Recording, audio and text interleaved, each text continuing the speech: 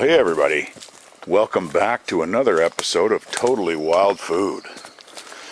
We are on a hunt today for fiddleheads and some Camas and false Solomon seal.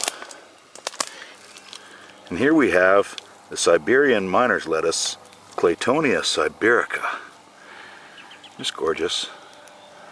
Little dainty little flowers. Focus. There we go. See those little tiny pinstripes down the petals there? And it looks like it has 10 petals, but actually they're fused, so there's only 5. And if you're very, very thirsty, these stems are just like a big burst of fluids in your mouth. It's awesome. So I'm going to snarf a couple of these and carry on our way. You know, growing up, my grandfather always told me that these were ostrich ferns. And unfortunately, in my last video of A Closer Walk with Toe, I said that these were ostrich ferns. They're not. These are actually the lady ferns, Ethereum filix femina. And I have my tail between my legs. However, they are both edible, so really that's no harm, no foul, as it were. But today, we are actually going to forage some of these lady fern fiddleheads because one of my very knowledgeable subscribers said that they are very tasty. So, we're actually going to look for some that are like between 3 and 5 inches high. Here's some little beauties in here. And this was one of the things, actually, that my grandfather always said. He said the stem of the lady fern are red. Well, no, they're not always red. This one is red.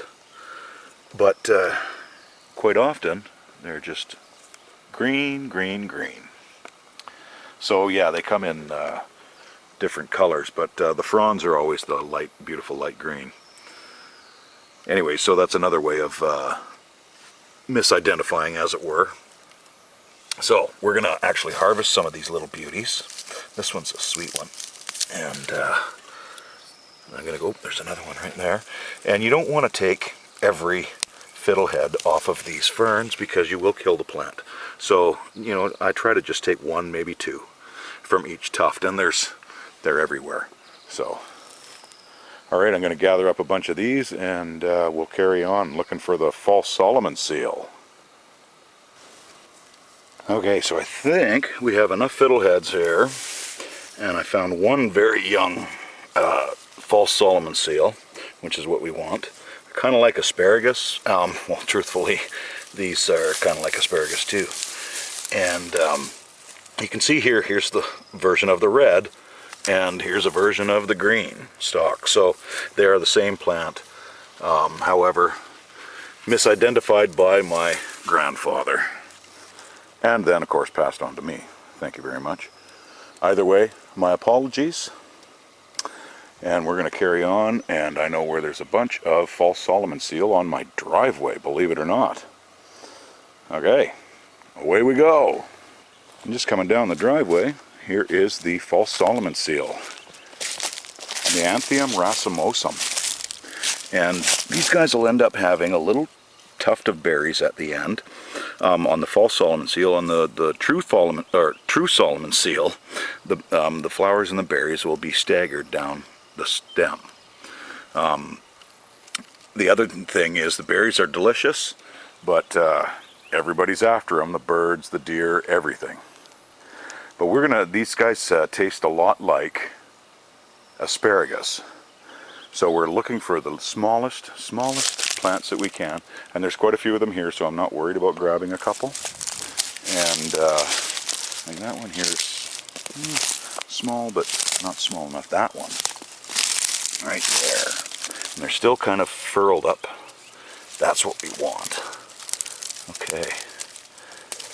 And okay, so I'm gonna carry on and grab a few more of these little tiny ones, and there's more further down the driveway here.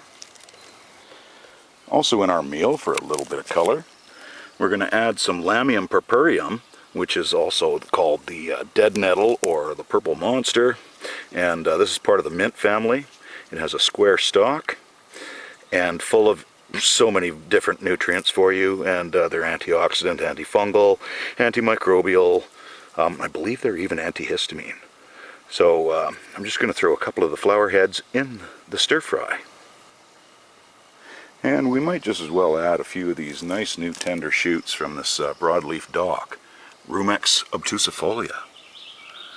Yeah, I've actually got a few right here. Beautiful. They still got their little sheath on the bottom. They're very, very tender. Oh, looking forward. Let's keep moving. We got some Camas to get. And we've got quite a big patch of Camas here. And they're just starting to flower. And this one's already open. Some shadow there. Yeah, this is Camassia quamash. And the bulbs are very much like onions. You want to roast them and long roast them, and they're absolutely delicious. You're starting to see the heads coming up. They mostly have the purple flower. The odd time you'll get a variant that has a white flower. The only reason why I say to stay away from the white variant flower is just because the death Camas, it has the white flower as well. They are different, so if you know what your flowers look like, you can tell the difference. There are other telltale signs as well. But yeah, the death Camas is Toxicoscordion venenosum. So even the name sounds terrible. But one of the things about the death Camas is their leaves are a V shape, and the Camas are more of a U. I'm trying to give you a shaded spot here. See how it's U'd? The death Camas is literally like folded, and it's got a crease, and it does not have this mid vein going right up the middle of it. So when you are digging up the bulbs, make sure that you've at least got a leaf that you can identify that's still attached to it, because once you get under the ground and you break those off, you don't know what kind of bulb you've got. I mean, you may very well have a daffodil bulb, and you know, people plant them all over the place, and they can spread as well. Alright, so I'm going to start doing some digging. I know these guys are fairly deep because I've had to get them out of here before, so I'll catch up with you in a minute.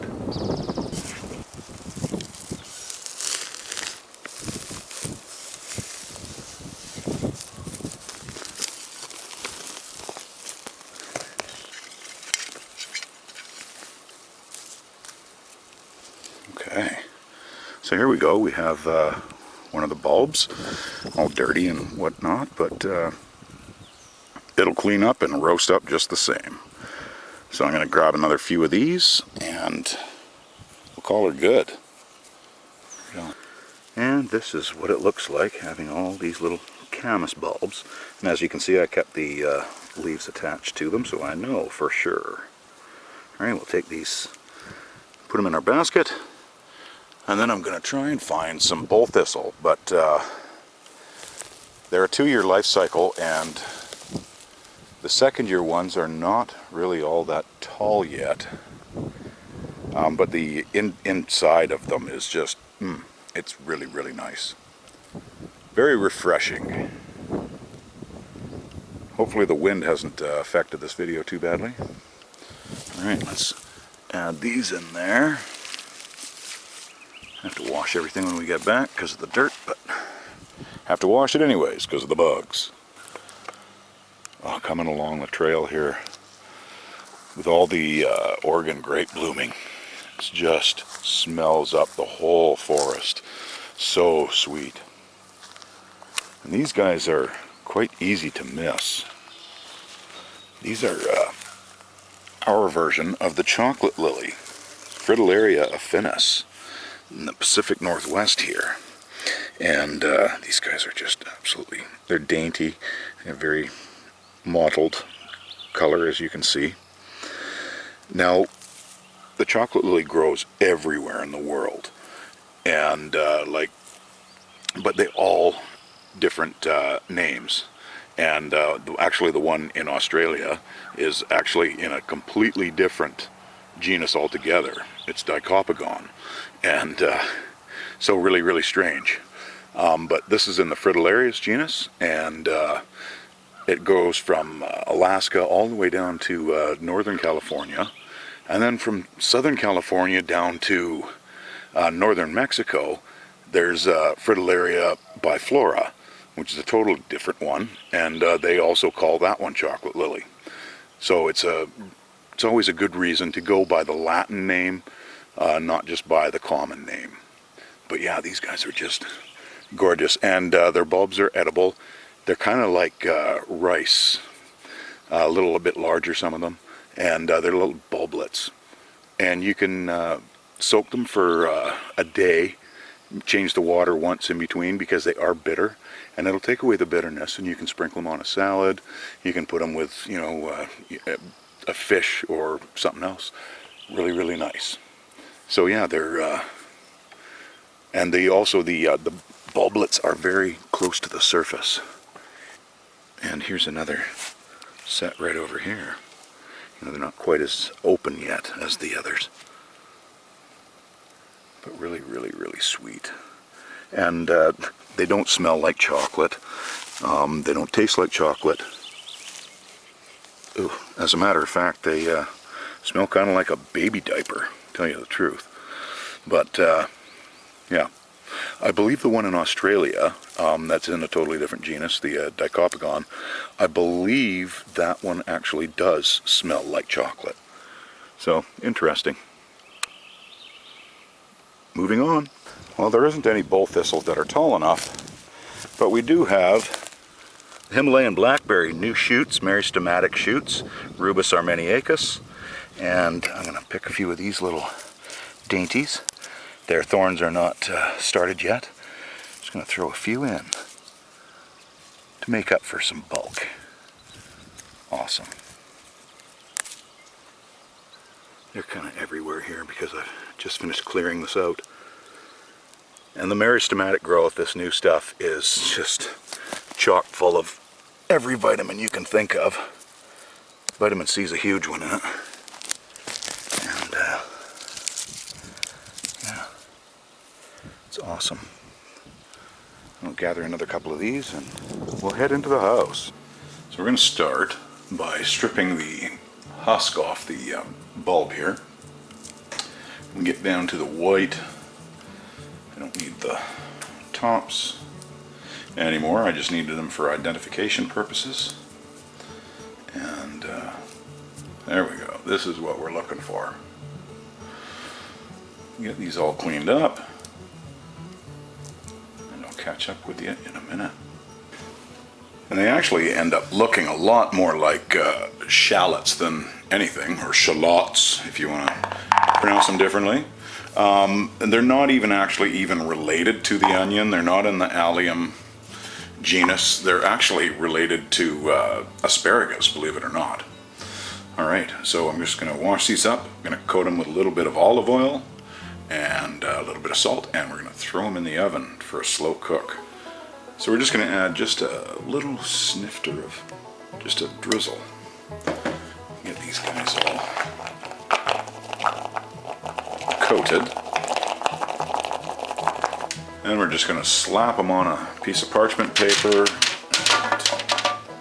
Throw them in the oven at 225. Just going to slap a little tiny bit of sea salt on there. And a little pepper. And put those in the oven for a good 20-25 minutes. I'll keep an eye on them the whole time. Okay, so we're going to toss in our chicken. And I've taken half of the Camas bulbs and I'm going to put those in here.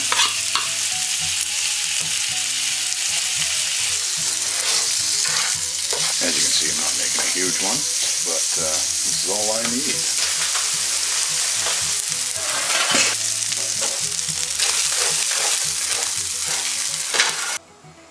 So So you're not going to get all of the papery material off of these, but you can get, most of it off. It does rub off pretty well, and this is kind of what they end up looking like. The papery material is not going to hurt you. There's nothing wrong with it. All right, so we're just going to blanch these little babies here. And yeah, you can see that some of them have a red stem, some of them have a green stem. Funny. All right, let's toss these in there.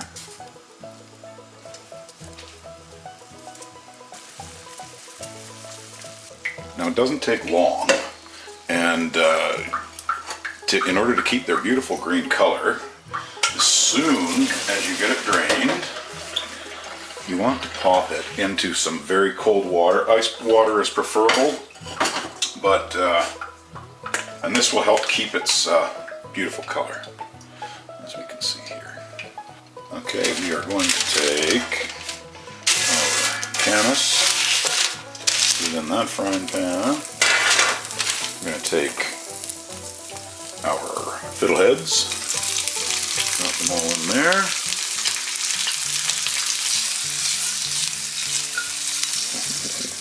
That looks so good. I think in there I'm going to throw in the Blackberry Shoots as well. It's all going to get added on top of the rest of the stir fry. That's all cooked up. Next we have our, we're going to add in our dock leaf, which is curled up a little bit in the fridge, but still nice and crisp. Loads of nutrients in these too. You're going to find loads of nutrients in pretty much all of the wild foods, but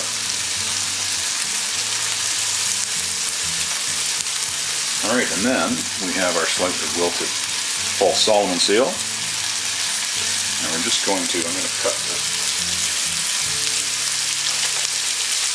Right. The thistle would have really done nicely in here, but it's probably a good 3 weeks to a month away before they're usable, I'm thinking.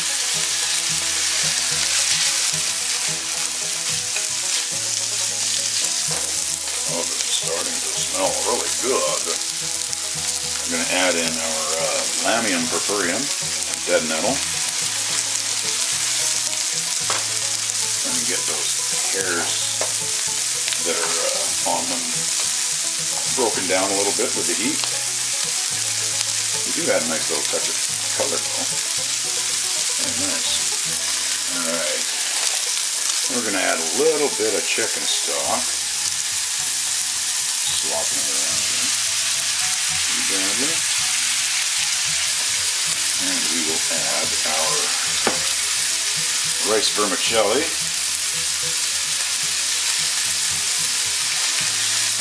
It's coming together quite well. We'll let this render down a little bit. Add a few peanuts. Just a few.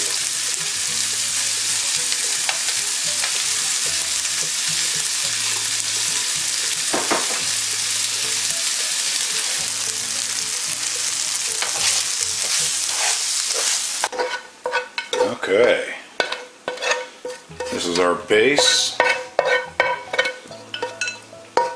with chicken and peanuts and Camas and dock. Oh, we've got some false Solomon seal too. And then just to top this off, et voila. Oh, I'm eating well tonight, my friends. Until next time, stay safe and don't forget to like and subscribe.